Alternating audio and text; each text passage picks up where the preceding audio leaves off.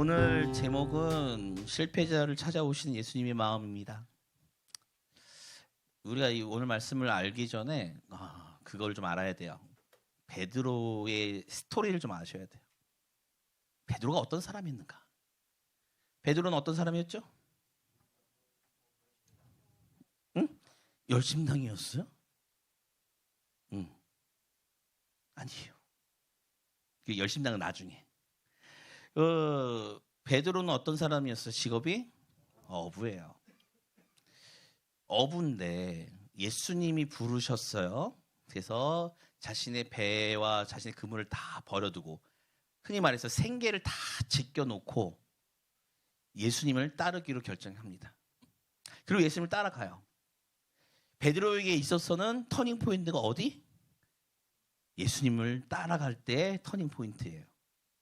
그 예수님을 따라가면서 3년 반 동안 예수님이 공생애 동안에 가장 예수님 가까이에서 예수님이 하신 말씀, 예수님이 하셨던 일들을 다 지켜보던 사람이었어요. 그의 열심은 굉장히 특별했습니다. 베드로는 굉장히 열심이었는데, 그래서 이 혈기가 넘치는 베드로는 모든 하는 일을, 그러니까 말보다 행동이 먼저 앞섰어요. 굉장히 열심히 예수님을 섬기고 예수님을 따라갔습니다. 그랬죠? 그랬는데 이 베드로의 이 열심은 어느 정도냐?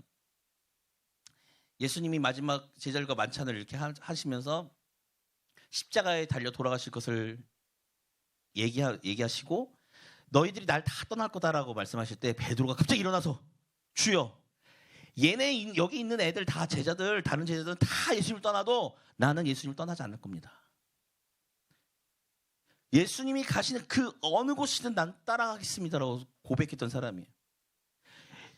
야, 세상에 있는 사람들이 나를 누구라고 하냐? 그랬더니 다른 사람들은 선지자니 쭉 이런 얘기를 하는데, 갑자기 베드로는 일어나더니, 주여, 주님은 그리스도시요 살아계신 하나님의 아들입니다.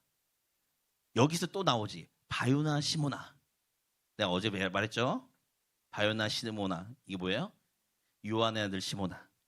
그래서 우리 때, 라떼는 말이지, 요한의 아들 시모나라는 찬양도 있었어요. 요한의 아들 시모나, 그것을 알게 한 이는 누구? 하늘에 계신 아버지께서 알게 하신 거다. 너의 반석, 너는 반석이 될 건데 네 반석 위에 하나님께서 교회를 세우실 거야. 너는 초석이 될 거야. 이렇게 말씀하셨어요. 그러니까 베드로의 이 열정이 얼마나 대단한지 후대에 있는 사람들이 뭐라고 얘기해? 베드로를 수제자라고 얘기해요. 예수님이 가시는 그 어느 곳이라도 베드로는 따라갔어요.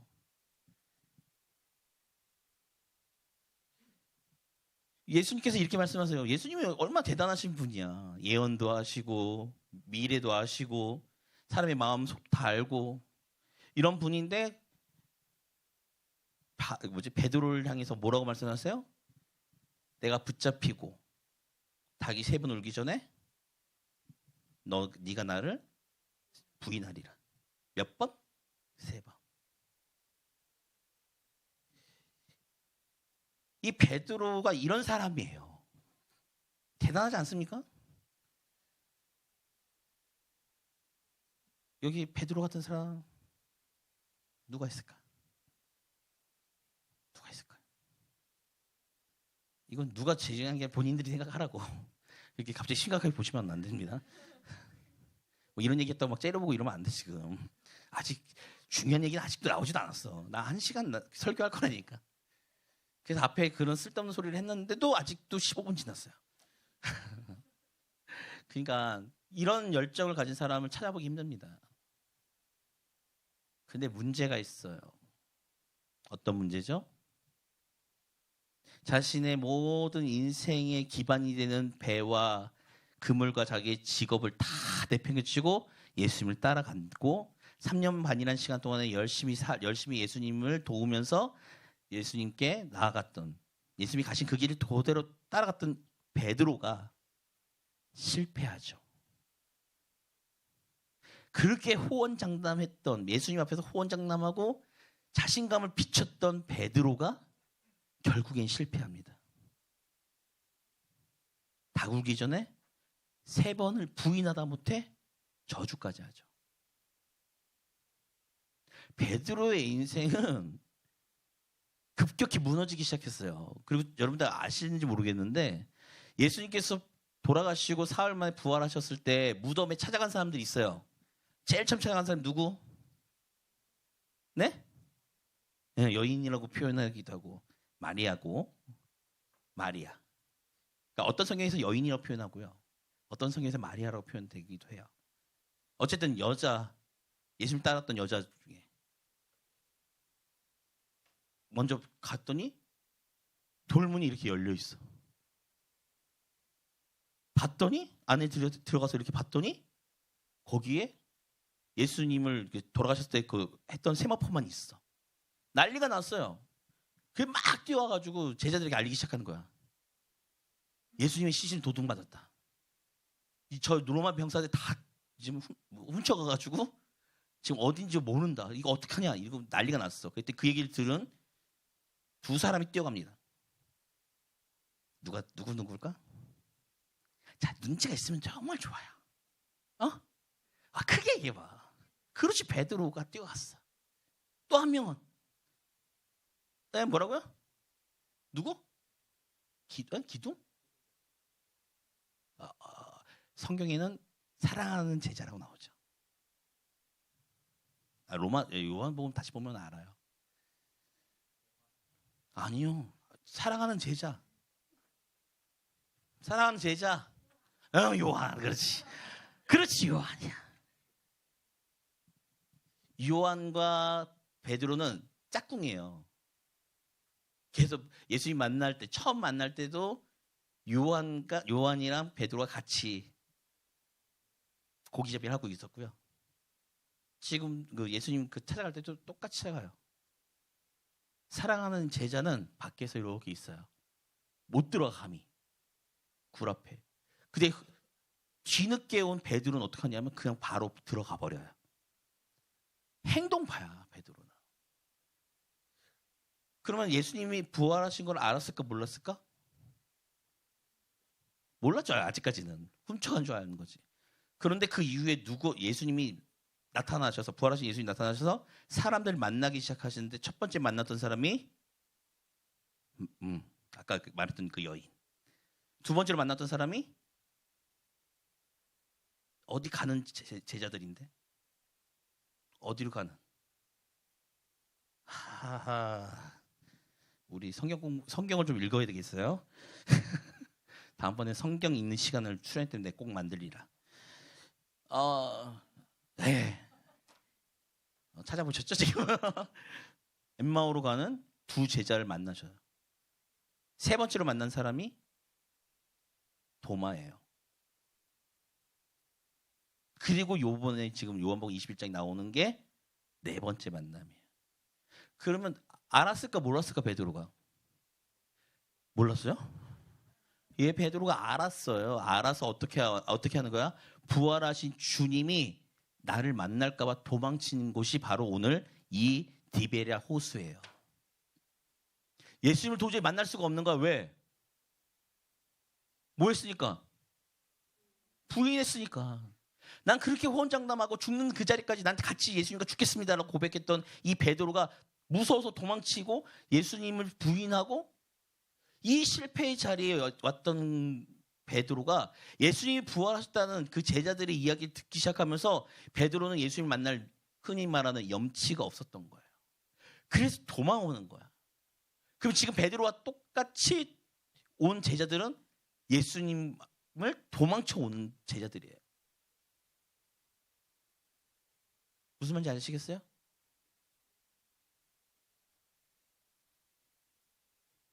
우리가 특히 주의 일을 하다 보면 우리는 성공과 실패라는 걸 얘기를 많이 해요. 근데 여러분들 아셔야 될 게 뭐냐면 성공과 실패는 누구 기준일까요? 우리의 기준일 뿐이에요. 성공과 실패는 우리의 기준일 뿐이지 주님의 눈에는 아무런 의미가 없어. 그런데 재밌는 게 교회에서 뭔 일을 하다 보면 야, 너 실패했잖아. 세상에서 우리가 신앙생활 하면서 때로는 실패할 수 있지. 그러면 실패했다고 자꾸만 내 스스로도 좌절감을 느끼고 내 스스로도 나 자신을 공격하고 그 나를 아는 모든 사람들은 나의 그 모습들을 공격한단 말이지. 아, 난 정말 실패한 게 맞나? 내가 주님의 일을 한다고 하면서 내가 이렇게 실패해서 될까? 문제가 있어도 될까? 라고 하는 거예요. 여러분들 어때요? 그런 느낌 받아본 적 있어요? 난 너무 많거든. 주의 일을 했는데 이게 성공이냐 실패냐를 따져. 그래서 내가 공언했죠. 청년부는 좀 다를 거라고. 요번에 이거 수련회도 미안한 얘기인데 전문가인 나의 입장으로서 25년 동안 한 나의 입장에서 마음에 안 드는 부분이 있긴 하죠. 없을 수 없어. 좀 부족한 게 있을 수도 있지. 있지. 근데 내가 아무 말 안 하는 이유가 뭘까? 실패도 해봐야 돼. 문제도 있어 봐야 돼 우리가. 그 와중에 주님이 우리에게 주시는 그 목적이 있다는 거. 우리 청년들 임원들부터 먼저 깨달았으면 좋겠다 해서 내가 한번 해봐요.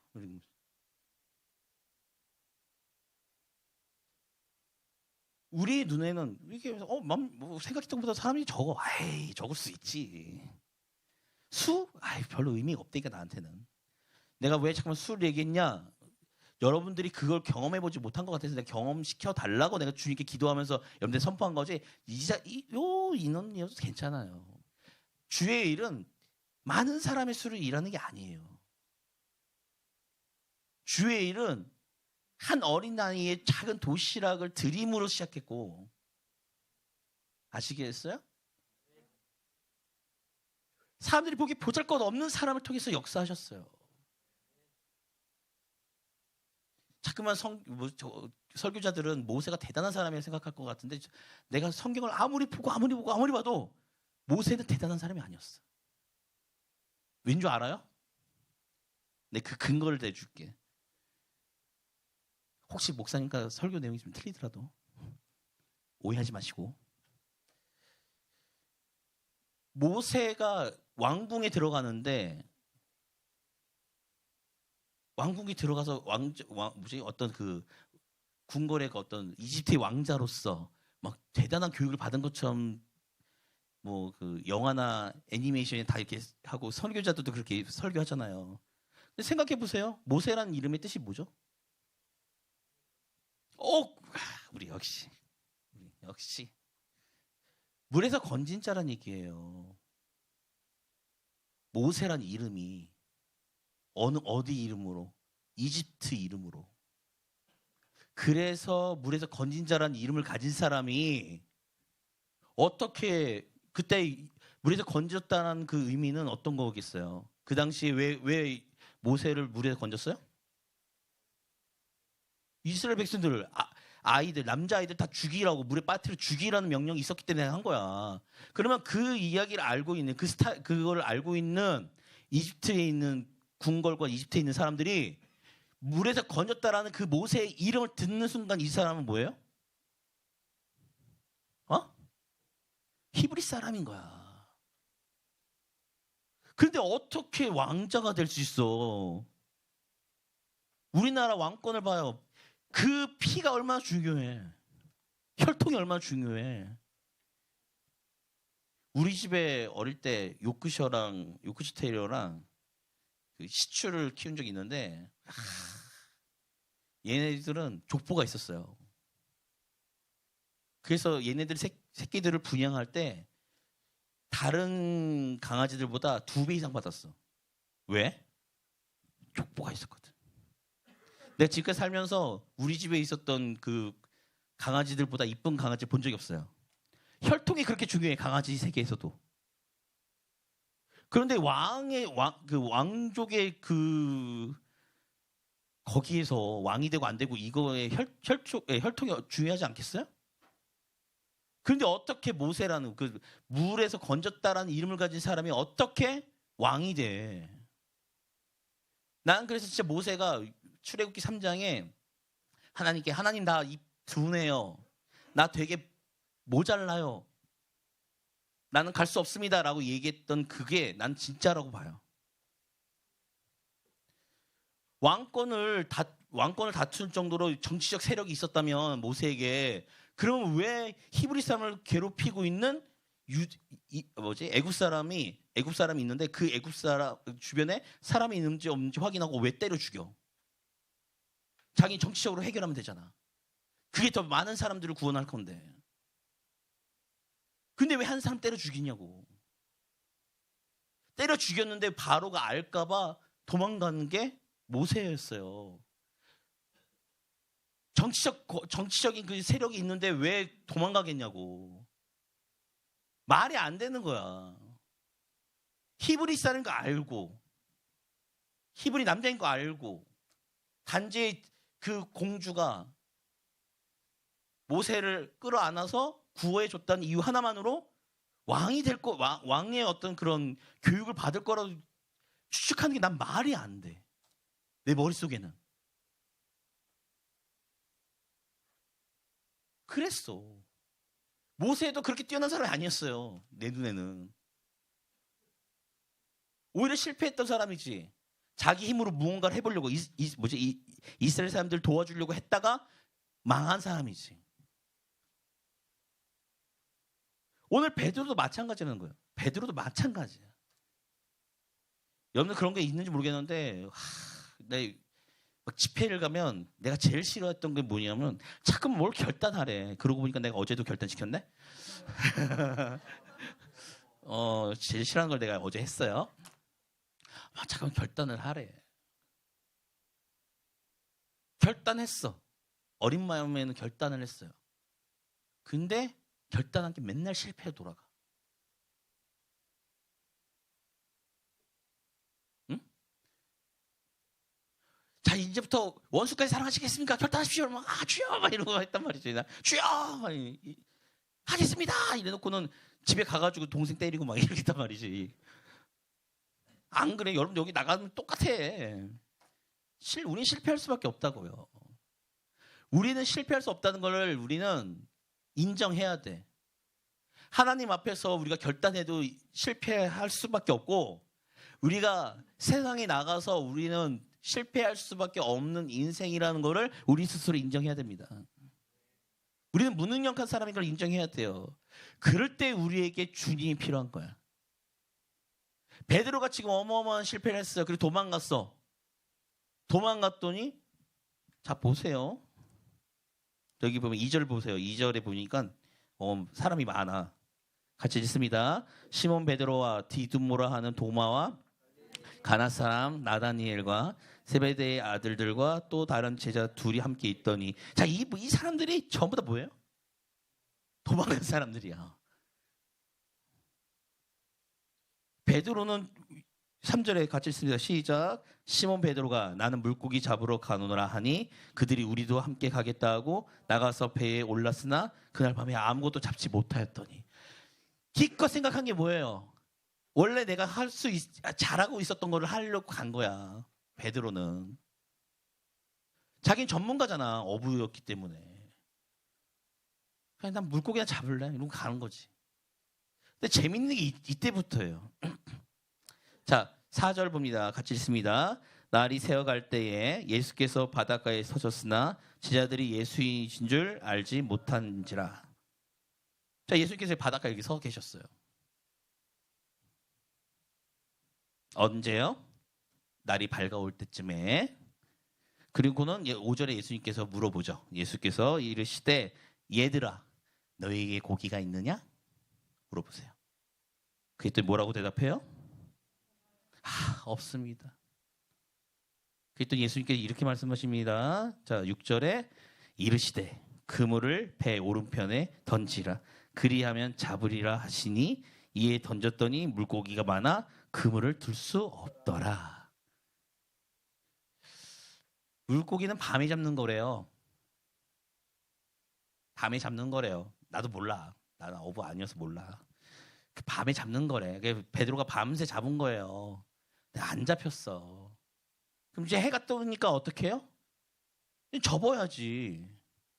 근데 예수님께서 야, 배 오른편에 던져봐. 물고기 잡힐 거야. 이렇게 말씀하시는 거죠. 어디서 많이 본 장면 아니에요? 여러분들? 조금 성경을 좀 아시는 분들. 어디서 많이 본 장면인데 뭘까요? 네? 크게 말씀해 주세요. 처음 만났을 때요. 똑같아. 밤새 잡았는데 물고기를 못 잡았어. 어느 바다에서? 갈릴리 바다에서.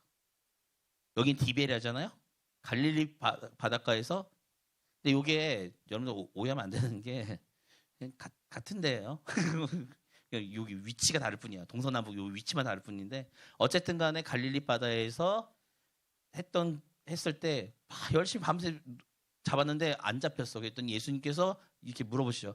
고기 많이 잡았어? 했더니 베드로가 밤새 잡았지만 물고기를 한 마리도 못 잡았습니다.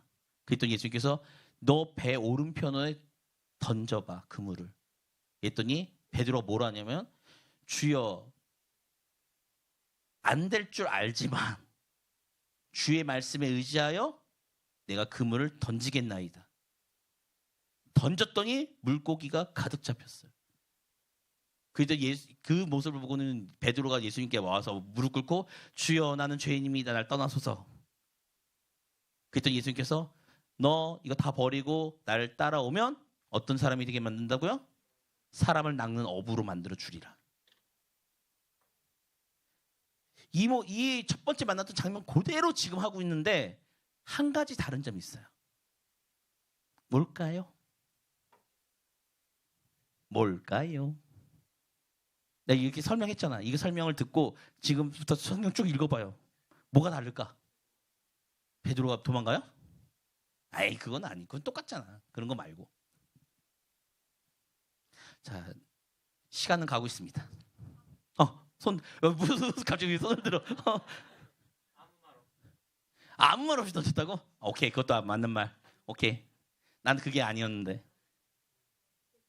예수님을 만난 적 있다고? 의심을 안 했다. 오케이. 어우 좋아. 이런 적극성 아주 좋습니다. 밤. 그때도 밤이었어. 밤이었다고. 자, 뭐가 다르냐면요. 자, 말씀 보면 9절을 같이 읽습니다. 시작.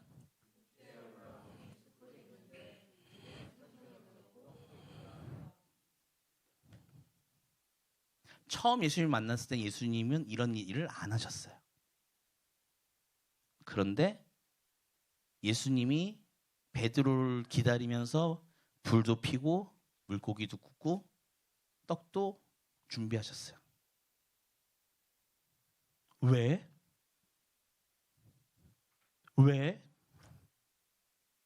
이걸 알아야 돼요. 왜?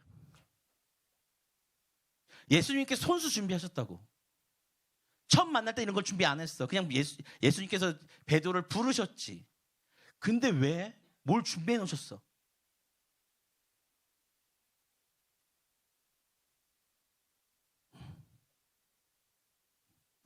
좀 더 큰 소리 했으면 좋겠는데 혼자 이게 말씀하셔봤자 잘 못 들어요. 난 가는 귀가 먹어서.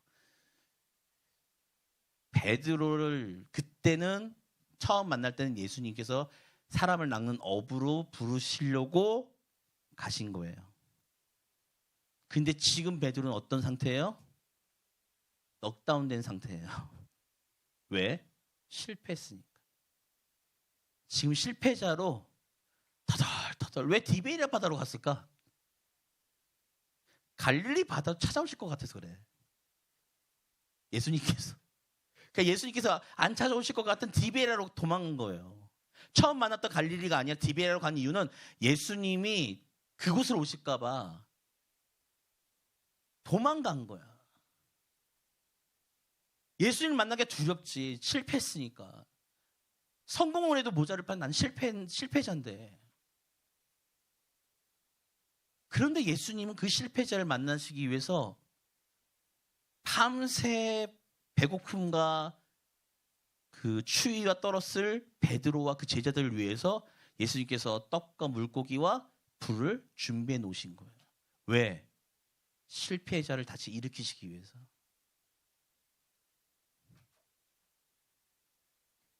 하나님은요, 내가 맨날 얘기하지만 하나님은 굉장히 이기적인 분이세요. 굉장히 이기적인 분이세요. 우리는 감히 상상도 못하는 일들을 많이 하셔. 예수님께서 왜 베드로를 왜 찾아왔을까? 실패했던 베드로를 왜 찾아왔을까? 또 실패하지 않을까? 베드로는 한 번 실패했는데, 그리고 실패할 것을 미리 아셨어요. 그런데도 불구하고 왜 찾아오셨을까? 여기에 핵심이 있어요. 왜? 왜 찾아왔을까? 소리 좀 해. 왜? 왜 찾아왔을까? 예수님이 베드로에게 하신 명령이 몇 가지가 있어요. 첫 번째 뭐? 어떤 사람을 만들어준다? 사람 낚는 어부가 되게 하리라. 근데 사람을 낚는 어부로 만들어 주시겠다는데 어떻게 해요? 지금 다시 물고기 잡으러 갔어. 사람 낚는 어부 돼요? 안 되죠. 두 번째로 예수님께서 말씀하신 축복하신 게 있어요. 뭐요? 베드로를 반석으로 만들어서 뭘 세운다고요? 교회를 세울 거다. 그러기 위해서 예수님께서 말씀하신 그 일들을 행하시기 위해서는 누가 필요해? 비록 실패했지만 베드로가 필요한 거예요. 지금 넘어져서 지금 어떻게 할 줄 모르고 바닥을 서서 기고 있는 자기를 피해 도망 다니고 있는 베드로를 다시 일으켜 세울 필요가 있으신 거예요. 그래서 베드로를 찾아오시는 겁니다. 여러분들이 이 자리에 부르신 이유가 뭘까요? 난 모르겠어요. 여러분들의 삶을 잘 몰라요. 그리고 난 물어보는 것도 좀 그래. 여러분들의 삶 가운데 혹시나 나의 삶 가운데 실패를 경험해 본 적이 있어서 내가 하나님께 정말로 전심을 다해 기도하고 기도 제목을 가지고서 기도했는데 그 기도 제목이 이루어지지 않아서 내가 절망하거나 낙심하고 쓰러져 있는 사람이라고 하더라도 주의 일을 열심히 하느라고 했는데 나에게 있어서는 내 삶이 실패가 되는, 실패를 경험한 그 일들이 있다면, 여러분들은 그런 분들이 이곳에 지금 있다면 여러분들을 지금 다시 주님께서 부르시는 거예요. 여러분들이 필요하기 때문에 그래. 흠이 많고 부족하고 이런 사람이라고 해도 주님이 필요하면 쓰시는 거예요. 부르신 목적이 있습니다. 여러분들을 지금 부르시고 만나시고자 하는 그 이유가 있는 거예요. 그게 뭔지는 나는 모르겠어. 그럼 내 간증을 하자면 내가 이 말씀이 아까 찬양 부르는데 뭐 이렇게 비슷한 가사가 나오길래 울컥해가지고 나 혼자 살짝 눈물을 살짝 닦으며 아닌 척 이러고 있었는데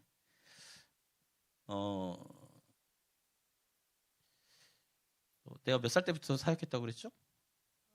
19살 때부터. 대학교 1학년 때부터 사역했어요.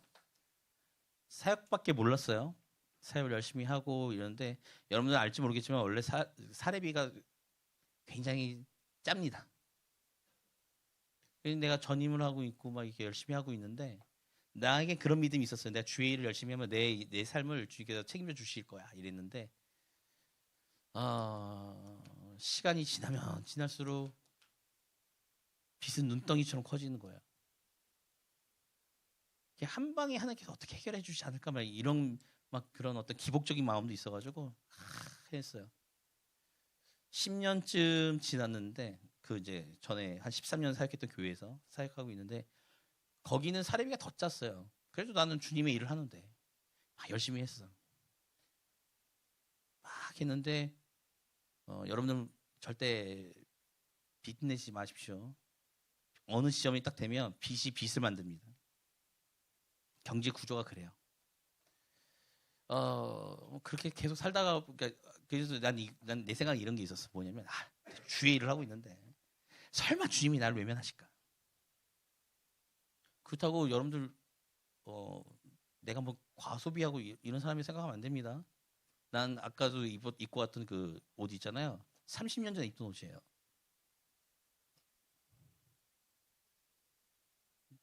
이스트팩인가? 내가 그 입던 거 있잖아. 그거 30년 전에 입던 거예요. 고등학교, 대학교 때 입던 거예요. 난 돈 그런 데 안 써 잘. 쓸 돈이 없는데 어떻게 써? 뭐 그렇게 살았어요.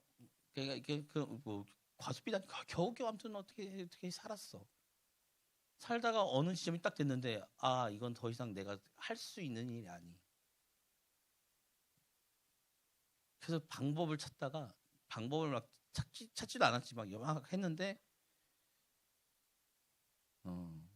그래서 내가 딱 내린 결론이 뭐였냐면 야 내가 주님의 일을 부교육자로서 주님의 일을 정말 열심히 했는데 진짜 열심히 했거든요. 지금의 내 모습 생각하면 안 됩니다. 정말 특심이 있어가지고 주일날에는 그 예배가 1부 예배, 2부 예배, 저녁 예배가 있었는데 이 중간에 이 모든 예배까지 해가지고 내가 주일날 되면 밥을 한 끼도 못 먹고 단 한순간도 앉아있지 않았어요. 그 정도로 바쁘게 지냈어. 그럼 평일날은?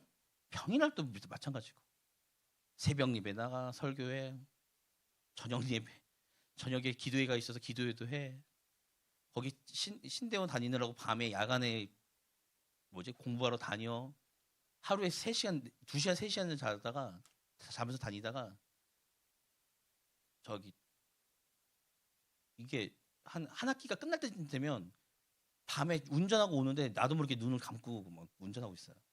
내부수산도를 타고 다녔는데 그 정도로 열심히 이게 살았어요. 그때 내 모든 체력과 내 건강이 다 맛이 갔어요. 그때.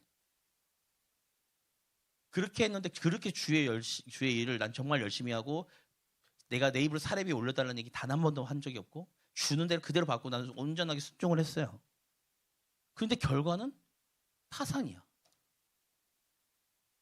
파산 신청서를 쓰는데 눈물이 나가지고 주의 일을 이렇게 열심히 했는데 결과론적으로 나에게 온 거는 내 인생이 파산이다. 그래서 내가 사역을 때려치우려고 했던 거. 어제도 얘기했지만 내 사역을 때려치우려고 했던 이유가 그냥 때려치우렸던 게 아니에요. 열심히 했는데 내 손에는 법원 출석하라는 그 통지서가 있고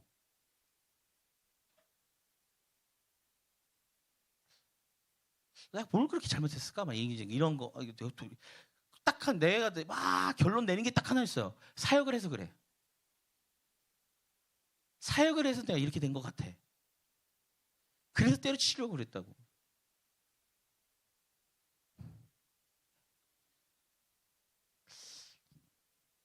여러분들 모를 거예요. 그래서 어떻게 때려치울까를 고민하기 시작했어요. 그냥 때려치면 안 되잖아. 근데 자꾸만 내 머릿속에 그게 있는 거야. 뭐가 있냐? 우리 어머니의 그 말. 그래서 내가 천국 가서 우리 어머니 따진다니까 분명히. 왜 내 허락도 안 받고 왜 바쳤냐 막 이러면서 내 인생이지 당신의 인생은 아니었잖아요. 막 이렇게 얘기하고 싶다고. 그렇게 하는데 얼마 전에 끝났어. 그래서 이제 난 자유다 이랬는데 자유는커녕. 그럼에도 불구하고 감사했던 건 있어요. 그러니까 하나님이 이렇게 안 해주셨으면 면책을 받을 수도 없는 그런 상황이었기 때문에 그런 부분에서는 감사합니다라고 하면서도 막 속으로 욕하고 막 이랬거든. 결과가 이겁니까? 막 이런 거. 결과가 이거예요? 내가 하니까 어떻게 내가 협박 기도도 했냐면 주님, 내가 그렇게 열심을 가지고서 특심을 가지고서 일을 했는데 하나님이 나를 여기서 구해주지 이게 해주지 않으시면 나 같은 사람이 안티가 되면 하나님 큰일 납니다. 막 이러면서 그 다음부터는 하나님이 이게 내가 예수님을 믿으라고 얘기하겠습니까? 주님께서 축복하시고 문제 해결해 주실 거 얘기할 것 같습니까? 아니요. 난 그렇게 얘기 안 할 거예요. 이제부터.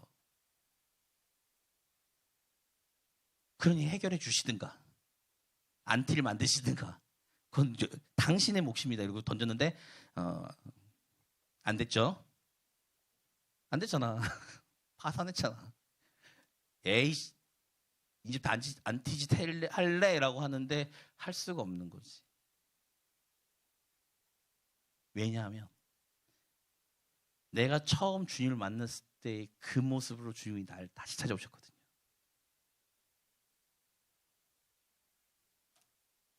그러면서 다시 일어나기를 원하시는 건데 실패 그 자리에서 도저히 일어나기가 힘든 거예요. 나도.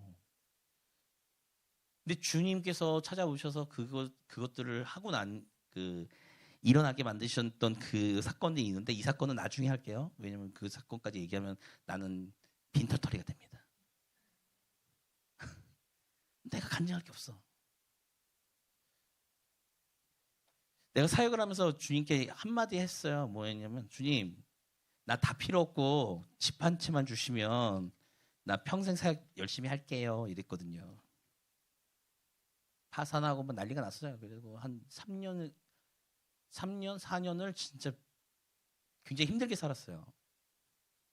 우리 와이프 얘기했죠. 우리 와이프가 그 갑상선 암과 막 할 정도로 우리 와이프 막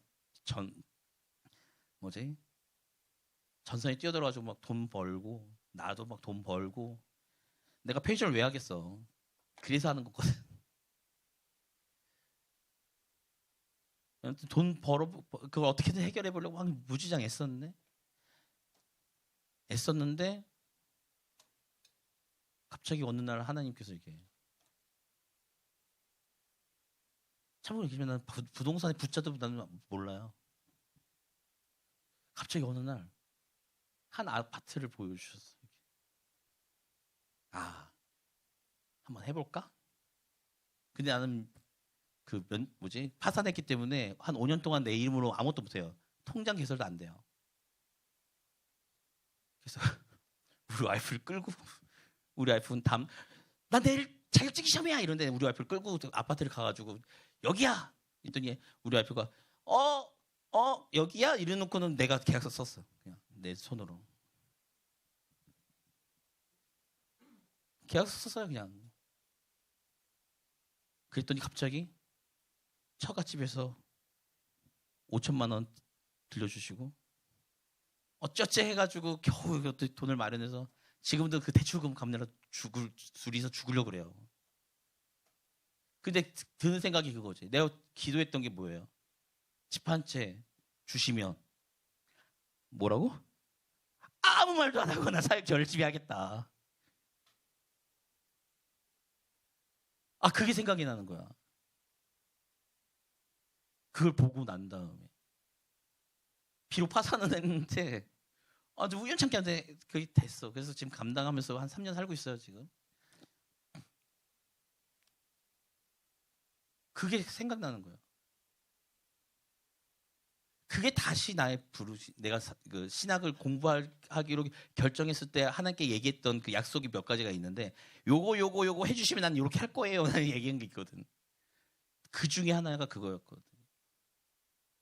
딱 그게 옛날에 내가 하나님께 서원했던 그 기도가 생각나면서 안 되겠다. 사역을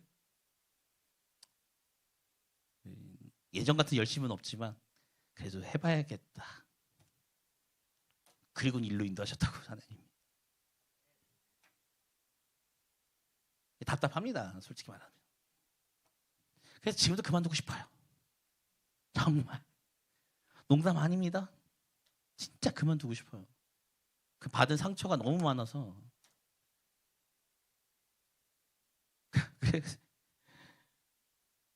근데 옛날에 나한테 막 그 보냈던 학생들, 청년들 막 그 문자 같은 거 있잖아요. 뭐 사진첩 같은 거 막 이게 뒤집고 있는데 아니 이제 페이스북에 그런 거 막 할 때 막 찍어서 올렸거든. 페이스북 기능 중에 뭐 하나가 있잖아요. 몇 년 전에 오늘 이런 일이 있었습니다. 이런 거. 갑자기 10년 전 오늘 이런 추억이 있네요. 이렇게 보내줬는데 그때 이제 그 나한테 보내줬던 그 청년들의 문자, 학생들의 문자, 집사님들의 문자, 뭐 이런 것들이 시간마다 올라오는 거야. 나 그 왜 페이스북에 왜 올렸는지 난 이해가 안 되는데 계속 올라오기 시작하는 거예요. 주님께 두 번째 약속한 게 있었거든요. 주님, 주의 영광을 위해 내가 살겠습니다. 라고 했던 게, 근데 난 사역에 열매가 없는 것처럼 보여서 에이씨 이랬는데 그때마다 그게 올라오니까 이게 열매였구나 이 생각이 들고, 그러면 내가 첫째 날인가 얘기했죠. 지난주 주일이죠. 네, 설교가 멍에 관련된 얘기. 그 멍에의 말씀을 의지해서 그러면 주님이 가실 때 그냥 내가 따라가겠습니다. 만만치 않은 성석교회 청년부. 나에게는 힘들겠지만 우리 주님이시라면 껌도 아니다. 난 그 주님의 발자국을 따라만 가겠다. 주의 마음만 어떻게든 해보겠다. 마음을 어떻게든 전달하겠다 이랬는데, 얘기하지만 이 수련회 지금 내가 설교랑 기도에만 내가 다 짠 거, 내가 하는 거고 나머지는 다 임원들이 짠 거예요. 주제부터 시작해서. 그랬더니 주제를 또 예수님의 마음으로 또 이렇게 정했어. 참 주의 일은 참 놀랐습니다. 여러분들 주님이 부르신 이유가 있고요. 그 부르신 이후에 여러분들이 비록 실패를 했다고 해도 좌절하지 마십시오. 주님이 다시 부르십니다. 근데 첫째 번째 부를 때랑 달라. 우리가 무엇이 필요할 건지 다 주님께서 준비해 놓고 계십니다. 그것을 우리가 맛봐야 돼요. 그래서 내가 계속 얘기하는 게 주님의 일은 주님이 하시는 거예요. 주의 일은 하나님이 하시는 거예요. 단지 우리가 쓰임 받을 뿐이야. 그 모든 거는 다 주님이 알아서 챙겨 가십니다. 그것을 우리가 깨달아야 됩니다. 실패의 자리에서 다시 부르실 때 나는 힘이 없지만 그래도 주님께서 우리에게 필요한 것도 공급하십니다. 이 다음 말씀이 뭐냐면 예수님께서 이렇게 베드로에게 말씀하세요. 베드로야, 너 나 사랑하니? 그랬더니 베드로가 뭐라고요? 주님, 아니 지금 맨 마지막이고, 주님, 난 주님을 사랑합니다. 몇 번 물어보게요? 왜 3번 물어볼까? 3번 부인했잖아. 베드로가 3번 부인했기 때문에 3번을 확인하시는 거예요. 그리고는 예수님께서 그 베드로에게 먹이고 입히고 축복하시고 예수님께서 그에게 다시금 사명과 소명을 다시금 허락하시죠. 그 이후에 베드로의 삶은 어땠을까요? 사도행전을 보니까 이래요. 베드로가 성전 미문 앞에서 막 구걸하던 거지가 나 돈 한 푼만 주시오 이랬더니 뭐라고 안진뱅이였던 거지가 이랬더니 베드로가 뭐라고 합니까? 내게 금과 은은 없어도 내게 있는 것을 너에게 주노니 나사렛 예수의 이름으로 일어나 걸으라. 그때 어떻게 돼요? 걸었어. 베드로는 예수님을 의지하는 사람이 되었어요. 예수님께서 일하시는 것을 경험하는 사람이 되었어요. 내가 너에게 도와줄 건 없어. 인간적으로 나는 할 수 없는 사람이야. 그런데 뭐? 예수의 이름으로 너는 걸을 거야. 이거는 사역의 실패, 우리가 신앙의 실패를 맛본 사람들만이 할 수 있는 겁니다. 베드로가 그 실패를 경험하기 전에 어떤 사람이었어요? 자신만만한 사람이었거든. 난 두 번 다시 이 사람들은 다 주님을 떠나고 버려도 나는 안 버릴 겁니다. 나는 정말로 주님을 따라갈 겁니다. 주님 죽는 그 자리까지 난 따라갈 겁니다라고 했지만 이제는 그것이 아니야. 실패했잖아. 나는 실패할 수밖에 없는 사람이니까 누구를 의지해? 예수님만 의지해서. 예수의 이름을 의지해서 나는 너에게 일어나 걸어라 명한다. 베드로의 사역은 이렇게 변했습니다. 여러분들도 그랬으면 좋겠어요. 실패했다고 넘어지지 마십시오. 넘어져 있지 마십시오. 인생에 실패를 했다고 넘어져 있고 그대로 있지 마세요. 그것을 주님께서 다시 회복하실 겁니다. 내가 설교 때 이런 얘기를 주로 많이 해요. 어떤 거냐면 신앙의 위기는, 우리 인생의 위기는 또 다른 기회입니다. 신앙과 인생의 위기는 하나님을 만날 수 있는 기회예요. 하나님을 의지할 수 있는 기회입니다. 내가 수영 못하거든. 내 몸매를 보면 물에 잘 뜰 것 같잖아요. 근데 수영을 못해요. 수영을 못해. 수영 못해가지고 한번 물에 떠보고 싶어서 배웠는데 딱 한마디 하더라고요. 뭐라고 한 줄 알아요? 수영 가르쳐 주신 분이 힘을 빼. 네가 뜨려고 하지 마. 뭐에 맡겨? 물에 너의 몸을 맡겨봐. 어떻게 맡겨? 씨발 미쳤나봐. 그래 맡겨봐. 이렇게 해서 가만히 누워 있었어요. 누웠는데 팔과 다리가 허우적대. 이게 의지할 게 없잖아. 의지할 게 허우적대는데 계속 가라앉아. 야 큰일 났다. 난 수영을 못 배웠겠구나. 이렇게 얘기했다고 내가 수영을 지금 잘하는 거 아닙니다. 지금도 수영 못해요. 물에 잘 안 떠요. 근데 진짜 의지할 게 아무것도 없고 내가 팔로 해도 안 돼. 내가 할 수 있는 게 없어. 그래서 진짜 한번 내가 가라앉더라도 한번 해봐야겠다. 이러고는 맡기고 물에 이렇게 맡기니까 어떻게 돼요? 뜨는데 내가 물에 누웠기 때문에 뜨는 거예요. 왜냐면 그전엔 내가 손이든 발이든 이 땅에 어떻게 내가 의지하고 기대 보려고 아무리 노력해도 안 되잖아. 이렇게 누워서 이렇게 야곱이 돌베개를 누워서 하늘을 쳐다봤듯이 나는 물진대에 누워서 나는 하늘을 쳐다봤죠. 그때 이만큼 잠기더니 다시 이렇게 뜨는 거야. 이거구나.